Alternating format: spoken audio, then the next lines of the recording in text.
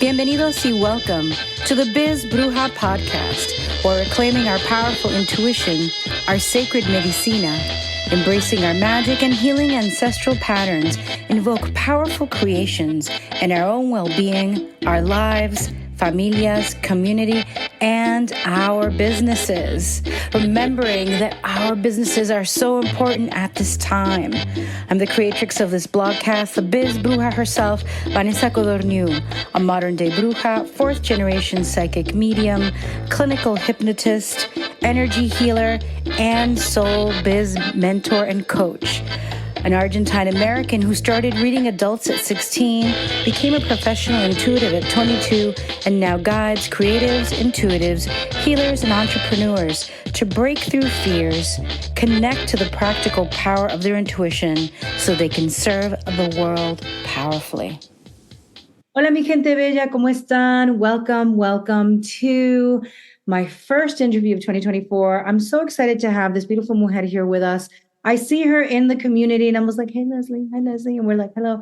And I was like, I think we need to sit down, sister to sister, hermana to hermana, and like really discuss the spiritual path and being Latina in the world, but especially also Central PA and globally. So everyone, please open your hearts for Leslie Avila. Hola, Leslie. Thank you, Vanessa, for inviting me on. I'm really excited to have this special chat. I can already feel it. Hi, everybody. Nice to meet you virtually. Yes. So everyone, please, before we get into it, and you know that we are, I want to read Leslie's bio. Leslie is a community organizer trained in the wellness arts, as well as a storyteller and writer. She is the founder of Delightful Co., a lifestyle and wellness company. She has been gathering community for workshops and classes for over 10 years. Leslie is passionate about creating multidisciplinary spaces for personal and professional success. She's a storyteller and word artist in the midst of working on her first book to be published. Leslie uses her words and indigenous healing practices to provide healing spaces through private sessions and group workshops. So there's so much here that I want to talk about. Congrats on the book, but let's start from the beginning. I like to sometimes be a little linear, but yes. So I know that you're Ecuadorian. How did your family get here, come here? And especially Central PA, because I grew up in New York City where there's a lot more, diversity and all. What was it like coming here? Tell us that part of the story. Yeah. So like you even said, from Ecuador, my parents went to New York City. That's where I was born. And we moved to, Queens, New York in the building, in the blood. Yes, I remember. So we moved to Central Pennsylvania about 16 to 17 years ago. I was 9 years old. And so I was super young, but the difference, I still go back to New York. We still have roots there and raíces there. So the difference is massive.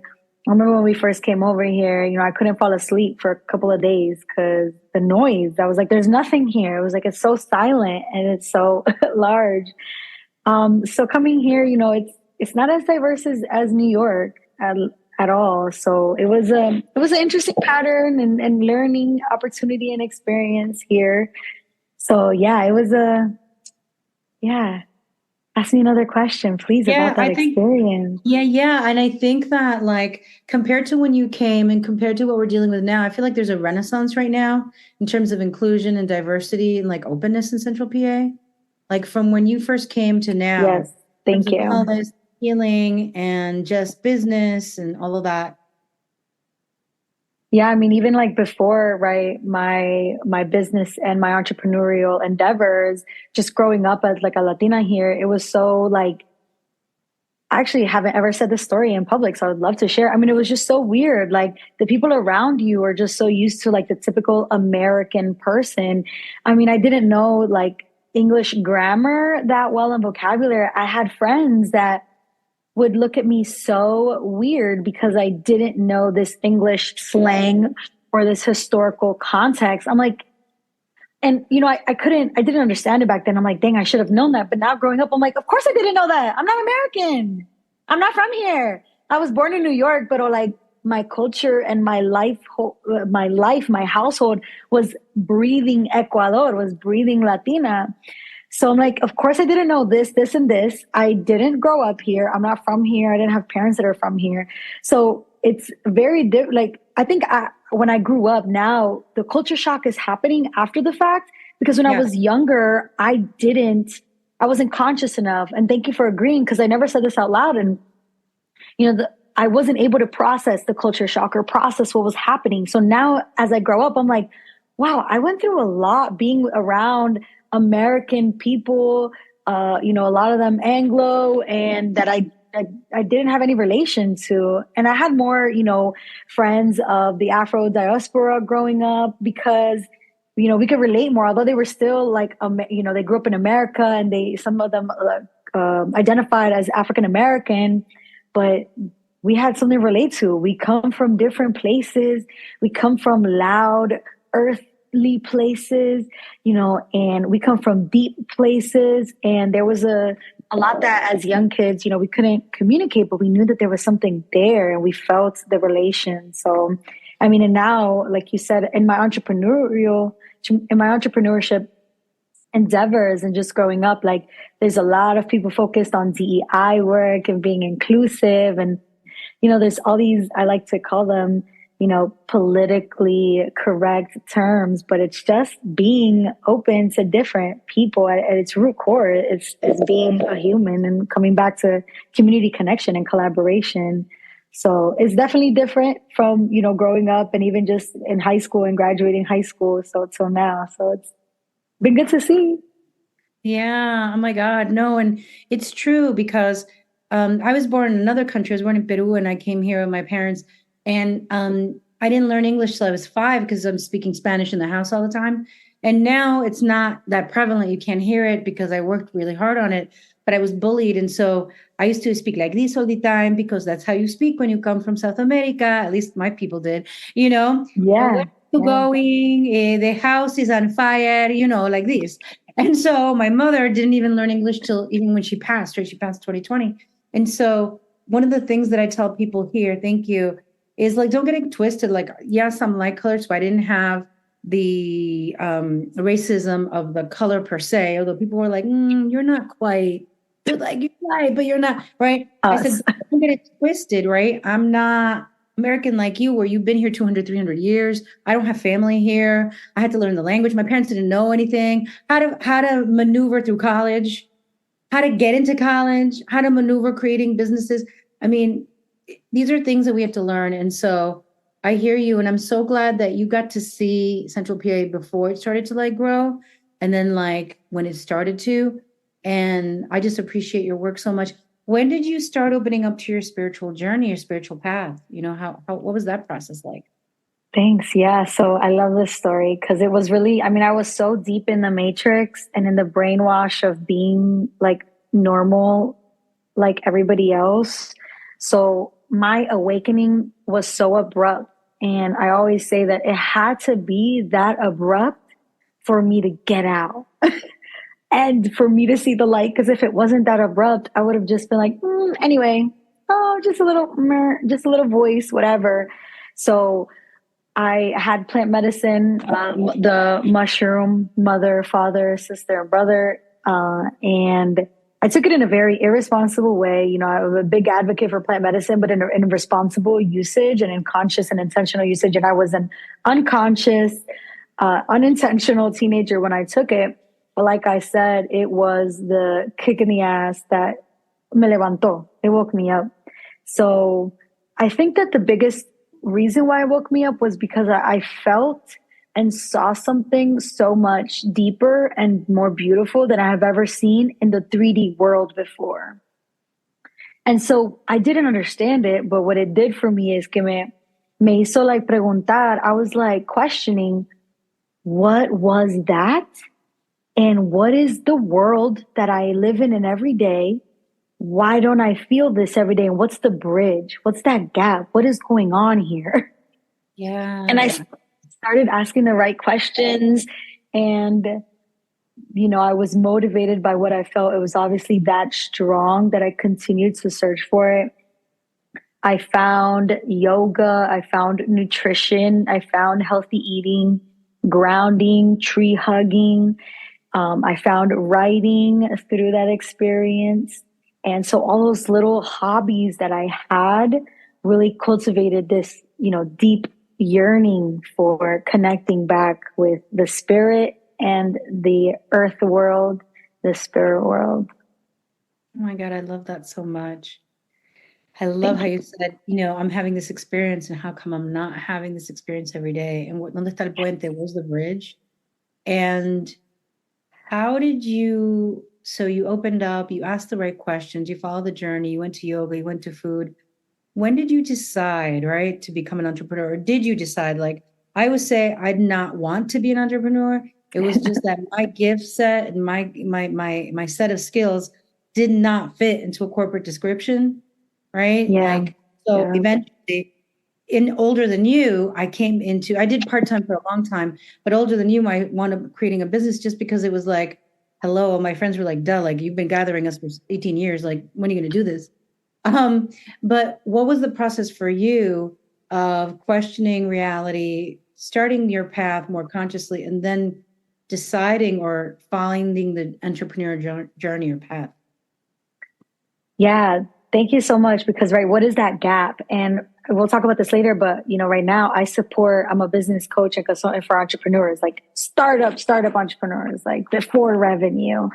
And so what's the gap? How do we get from like dreaming and hobbies to doing something about it and being able to have the tools and resources to do something about it?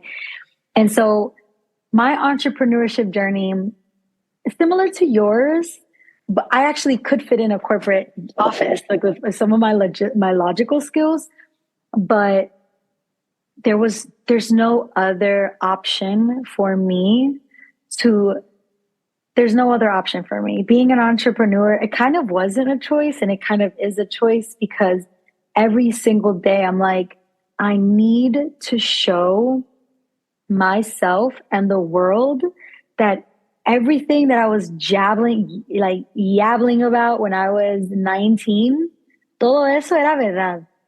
Like, it was true.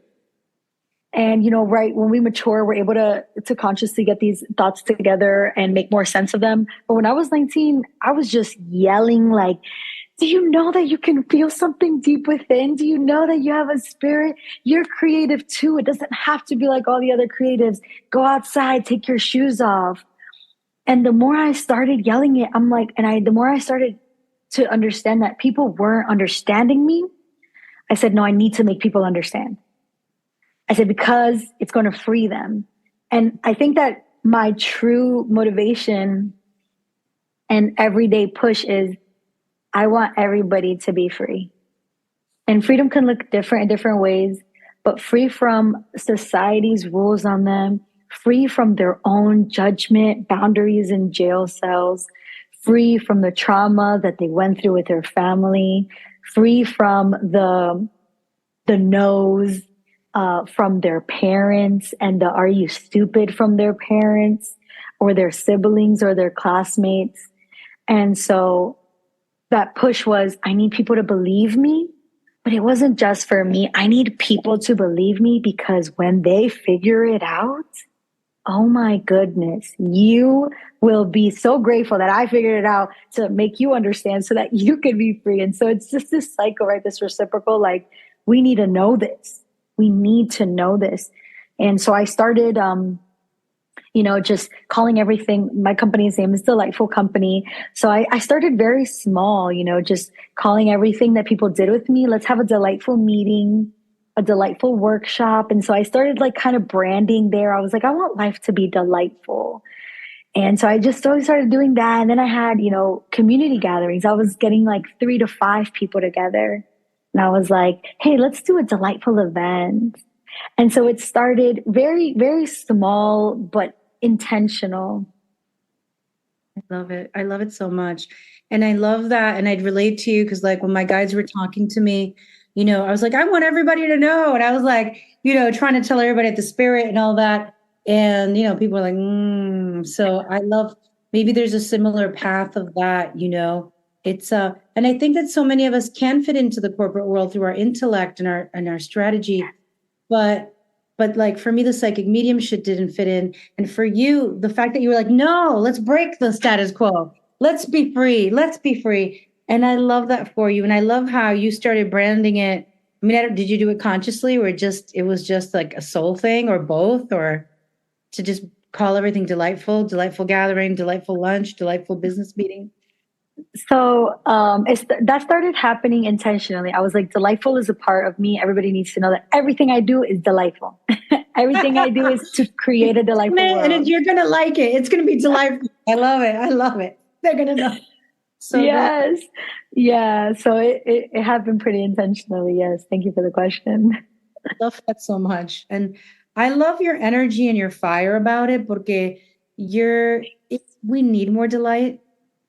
I think one of the things that I never liked about the world, to be honest with you, is that a lot of people who know things then act jaded. You know, I don't know if you've ever met like jaded spiritual people, jaded intellectual people, jaded activists, jaded. And I'm always passionate no matter what my age is. And because I'm like, even if you know things, there's always more amazing things that can happen. And so I love that you're bringing this energy and this value and this importance to delightful, having delight, being in awe, being in joy, right? Just because there's so many heavy things in the world. And that is really and I think it also like connects to one of my missions and like passions is to make everything feel so like a kid is seeing it for the first time, right? That feeling when a kid sees something and understands how a machine works, it's so beautiful. There's a word and I'm just forgetting it, and so I want to bring that back. Is it awe when you're full of awe, like wonder? No, but that is a great word. It's that awe inside of you. And it's so bringing that back is like important because then you're this grumpy old person walking around and you're bored and you're mad at everything. And, you know, that's just when life got a hold, when the modern world got a hold of you and you forgot, you know, your fun. Yes. I love that so much. So correct me if I'm wrong, because I'm not sure. Do you have a LLC and a nonprofit? Yes. So I have a for-profit company and a nonprofit company. Okay. Organization. How did you decide? Because lately I've always thought of doing a nonprofit, but I haven't. And I've talked to so many people who are like, no, girl, don't do it. And I've been a board member. So I want to hear your great experience as a nonprofit, you know, and why you decided to do it. Yes. And I love that you say that because, you know, I'm understanding. I founded the nonprofit about 2 years ago. And now I'm like, okay, this is a little bit more work than we had imagined. But the reason why I wanted to create a nonprofit, and even though some nonprofits in the world today, they kind of tainted this image, but for me, nonprofits were helping hands. You know, that's how I saw it when I was a kid. I'm like, these nonprofit organizations are helping the world. And of course, we see a lot of tainting today, you know, and that kind of all may have left. But I truly feel that a nonprofit organization can be a selfless and service-focused organization, gathering, company, group that can really do wonders. Not that a nonprofit, for-profit can't, because a LLC, a business can, very much so. I think that kid in me was like, I want to create this helping hand. And, you know, I don't regret it any second of creating it.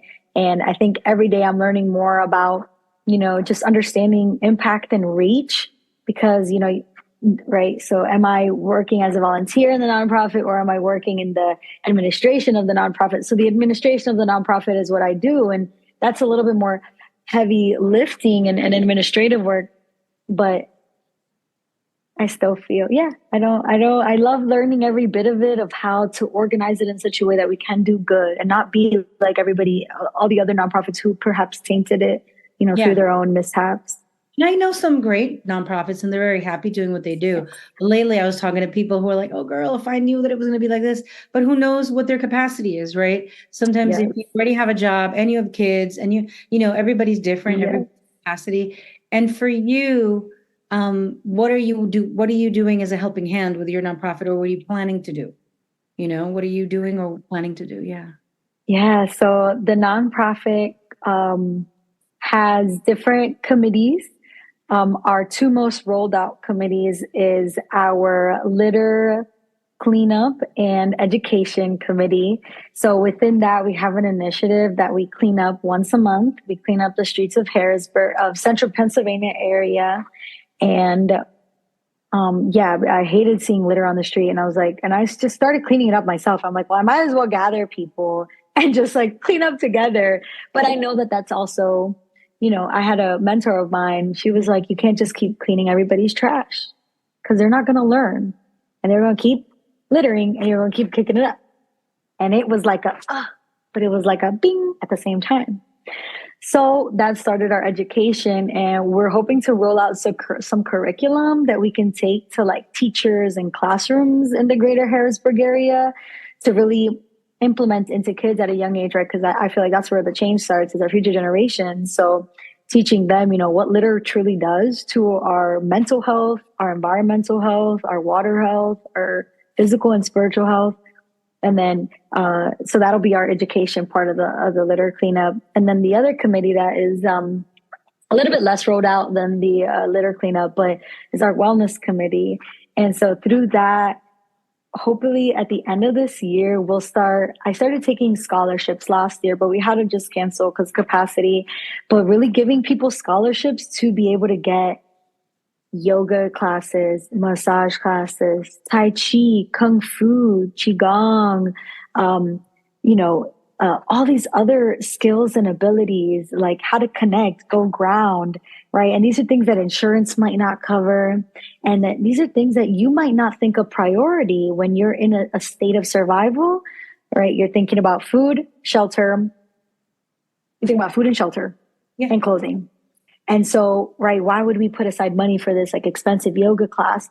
And so we want to give people the opportunity to try out these classes. Maybe you won't like them. So these scholarships are one of the very big part that we're excited about.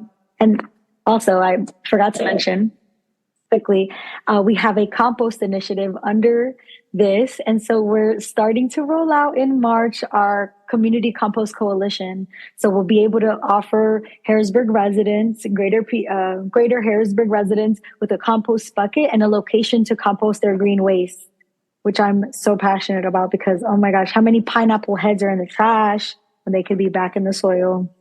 Oh my God. Leslie, I love this so much. And as I asked you the question earlier, I had seen the cleanup initiative on your page, and I was like, but it's okay because I wanted you to talk on this. But this is so great. And I love it because it's different. I think that sometimes people want to help, want to go for some lofty thing. And the fact is that trash that's right on the ground affects, like you said, our mental health. It affects our environment. It affects our physical health. It affects, and I love that you are doing that and teaching people and then creating this other committee for the wellness so people could be exposed to that. Because I think so much that a lot of our communities, I'll talk a little bit about improv, right? But our communities sometimes were afraid of meditation in the past. When I was younger, maybe not for your time, but my time, people were afraid of certain things. And I can say that when I saw improv in New York, I just saw white guys smashing imaginary beers on their head going, dude. And I was like, I don't want to do that improv. What is that? And that's improvised theater. And then I came here, and of course, everybody was very white and blah, blah, blah, like gringo from here for 400 years or what. I was 200, 400 year white, which is fine, people. If you're listening, I love you too. I'm just saying when you're new, you're still adapting. Yes. So I remember, and then I was like, why didn't I come here sooner? I didn't think it was for me. And so I love that you're teaching people about litter, that you're teaching people about yoga, and maybe someday improv. I want to throw that in there with you. But girl, I'm ready. Their communities have to remember that yoga is for us and improv is for us. And there's nothing out there that isn't for us. Mm-hmm. No matter what we've been taught, or if we don't see ourselves on TV or we don't see ourselves in the advertising, it's for us because we exist. And I love that. Oh my God, this is really powerful stuff. Yes, thank you. And you, like you said, there's nothing out there that isn't for us because our communities, ancestral communities, they had a form of improv, a form of yoga, a form of meditation. It just wasn't called those English words, and it maybe had a different format. But our ancestral communities, they had forms of healing and art and cultural expression that was lost over the years because of oppression and because of colonialization and modernization and industrialization. So we're just reviving it, and we're in America using English words, and that's why we're going to improv, but we're just coming back to ourselves, really, and honoring what was always for us. Yes. Go powerhouse. Go powerhouse. I love it. I love that you brought up the ancestral, that we already had it, because it leads me to the questions. Leslie, what are some of the ancestral patterns you had to heal or release or alchemize in order to be who you are today?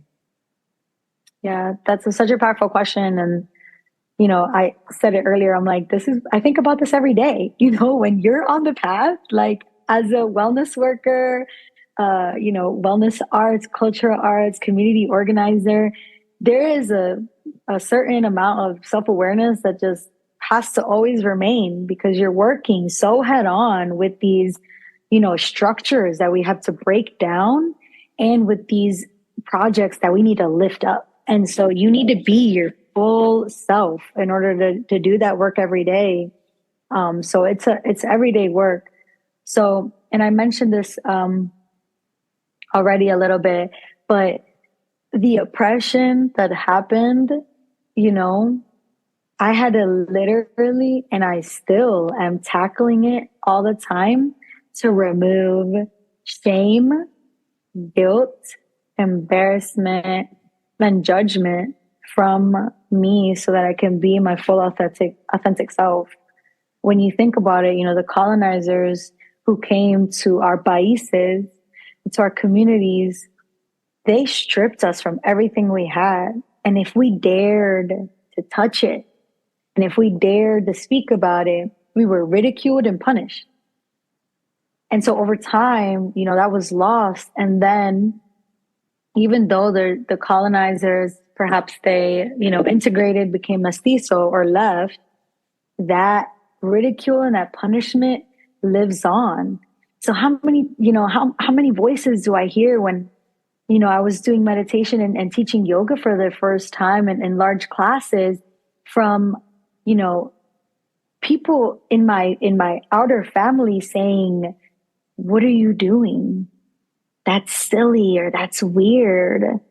And how much of that stayed within that I didn't recognize, and that we have to let go of, because we were meant to think, we were brainwashed into thinking that modern capital, modern industry, modern clothing, it could be anywhere, modern clothing, modern thinking, ways of patterns of thinking, ways of thinking, belief systems, that the modern way and the Anglo way and the normal and systematic way, that's the only way to go, that's the only path to go. And anything outside of that, they're outcast or ridiculed, like I said. So, every day I feel that that's one of the biggest things to break down, is that voice and that feeling that makes you think that you're silly for trying something new, or that you're out of your league, or that you're weird. And I have felt deeply in love with the word weird. I would take that word over anything today, because it's, taking that word back, take land back, word back, language back. So, yeah. I love that so much, and so beautiful and so deep. And I think that most of us who've been exposed to white-centric ways, and this is the only way to do it, or this myth of perfectionism that doesn't exist. I met so many people and clients and students who think that if they don't do something from get-go, they can't do it. I'm like, nobody was coming out of our mom's vajayjay, an expert. We may have carried the wisdom and the soul. We still needed to grow up. We still need to practice it. And that, our ancestors, they did what they did over and over and over again to become masters of it. They built the irrigation systems, they built their sewer systems, they built pathways, the Incas, Aztecs, the Mayans, they have, and if they did it over generations, over time, if we only try something once and give up, and I think that, I think that, like, let's say folks who've been here for centuries don't have that. I think that us newer people, right? We are the ones who, oh my God, but I should know that, but I should have it, it's like, no, no, and so I know that as I've gotten older, that I have allowed myself. And I always say to be a beginner, to always be a beginner, no matter what age I am, right? To allow ourselves, like you said, to be in awe. Well, you didn't say that word, but to be childlike, to look at the thing as Yes, new yes. excitement. And it's like, we need to cultivate that when reclaiming parts of ourselves. So I love that. And I do Yeah. about the word weird. And what are some of the ancestral gifts you're leaning into to be who you are and be the leader and community leader, that you are now and becoming? Yeah. And, I think being weird, let's go, I'm running with it. I think that's one of because being weird, right? What does that word really entail? It's being different. It is being unique. It is being special. It is being unlike others. And Yes. so that is what I really have to lean into is myself being the whole person that I am, weirdness and all. And I really have, and, in order to be who I am, complete my mission, positively affect the people around me and myself, and to free myself, I have to lean into me, who I am, and the weird gifts that I, was born with and maybe have developed over time, and to name a few, right? Because we all have these diverse and intersecting, gifts inside of us that maybe make sense sometimes and maybe they don't. Right. And so to name a few, uh, being able to listen to the body was really a gift that I loved to cultivate in my wellness arts work, because the body was able to speak to me, earlier, and like I can follow where your pain and where your discomfort is, and understand the systems through through touch and through feeling and through listening. And another ancestral gift that I'm leaning into is the fire woman that is inside of me, and letting her loose. She is so Yes. loud. And for so long, I think maybe you had this experience when I was younger, like, you're too loud, or you're too annoying, or like, Yes. stop bothering. And so, like, really just being, yeah, talking too much. So just being the leader that I am, and stepping into that and not be ashamed or shy. I carry a little shyness with me, because it's so funny, because I'm so open and wide. So I feel this shyness sometimes coming in, and recognizing it, giving her love, and being like, Nana, you are a firecracker, be it. So I love that yeah. so much. Oh my God, I just love listening to you. What's coming up for you? And you give me a lot of hope, because as an older healer, my teachers are in their 70s now, in their 80s. I was the bridge. My teachers, a lot of them did not have abundance from their gifts. I've gotten a lot of emails and stuff where we've had to donate money to get people wheelchairs and to get people like support and nurses, because my teachers before me were like almost brainwashed that like you can't charge money for the gifts and you can't do that. Entonces they were in a bad place. And so for me, I'm actually the generation that brought my business online after just serving community for a long time in New York, and did it. And so I look back and I'm like, okay, who's coming up? Who's coming up? Or not even back to the side, right? Because you're right there on the side walking. It's not to back, but to the side. And then looking forward, like who's, once I leave the planet, who's coming up to be the next elder? So I see you as that, Yeah. right? Like you're Thank the you. future elder, right? I'm the future ancestor, you're future elder. And so you give me a lot of hope, as I hear you about taking care of the earth, about reclaiming our gifts, about staying, excited, about allowing ourselves to reclaim our weird, right? I used to have a campaign that I used to call Work Your Weird, right? Like about working our intuition in our business, right? So Work Your Weird was a thing that I did like in 2014. And so when you brought up about claiming your weird, I'm like, yes, girl, yes.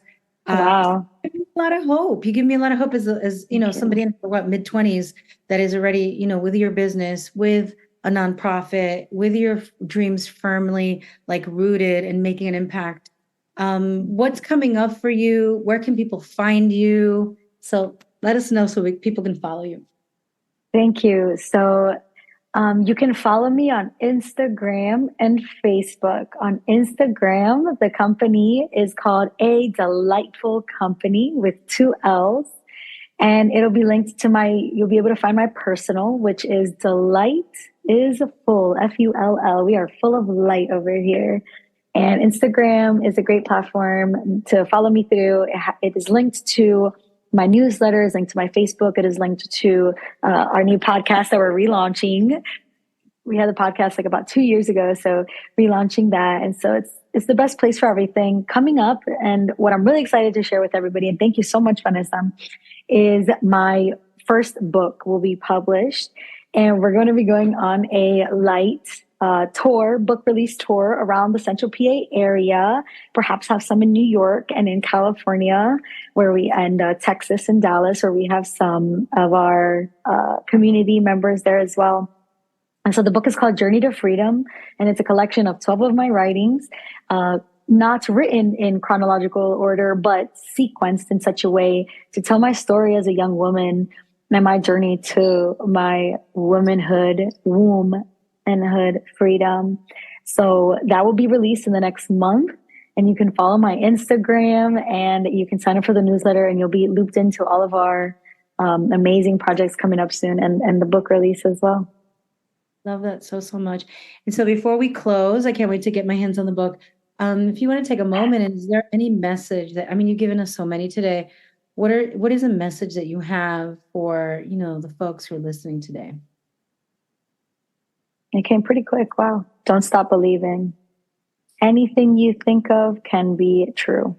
Anything that you dream of can be true. So don't stop believing. Even if like Vanessa said, you step to the side, derail, go off on a detour, but just never stop believing.